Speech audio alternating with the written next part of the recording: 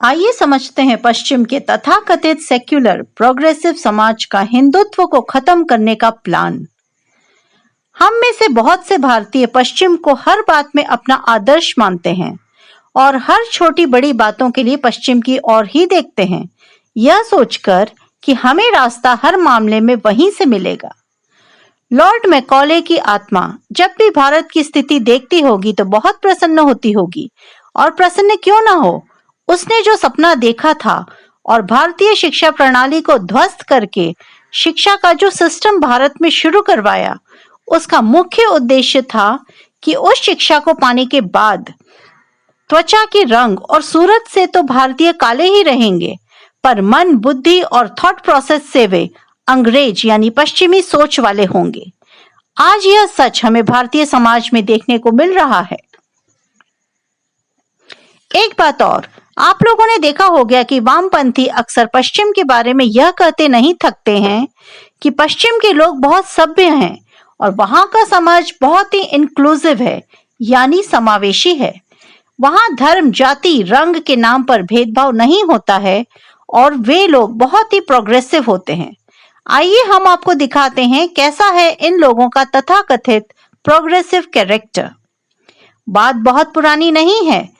10, 11 और 12 सितंबर को पश्चिम के 50 से अधिक नामचीन विश्वविद्यालयों ने मिलकर एक सम्मेलन करवाया था जिसका शीर्षक था डिसमेंटलिंग ग्लोबल हिंदुत्व।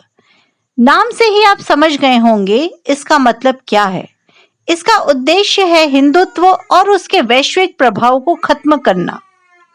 क्या कोई प्रोग्रेसिव समाज किसी अन्य सभ्यता या सोच या धर्म को खत्म करने की सोच रखेगी?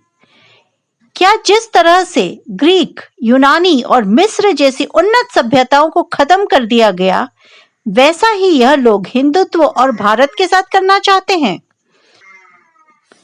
इस सम्मेलन का पोस्टर जो मीडिया में जारी किया गया था, उसमें एक कार्टून बनाया गया था जिसमें आरएसएस के स्वयं सेवकों को कील के शेप में दिखाया गया था और एक आदमी हथौड़ी से एक एक करके कीलों को निकाल कर फेंक रहा है।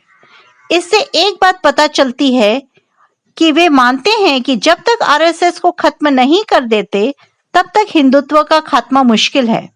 समझदार के लिए इशारा ही काफी है और ना समझो के बारे में तो बात करना ही बेकार है।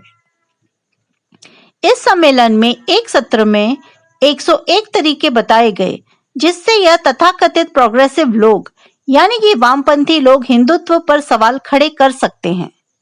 हिंदुत्व पर हमले तो लगभग 1000 वर्षों से हो रहे हैं, पर इस समय सभ्य समाज में पहली बार खुले तौर पर सीधा इंटेलेक्चुअल यानी कि वैचारिक हमला हिंदुत्व पर इस सम्मेलन में हुआ है। साउथ अफ्रीका में अब भारतीयों पर किस तरह से हमले हो रहे हैं हम सब देख रहे हैं और ऐसा लगता है कि इसी तरह की ताकतें लोगों को शांति प्रिय हिंदुओं के खिलाफ भड़काकर उनके प्रति हिंसा फैलाना चाहते हैं।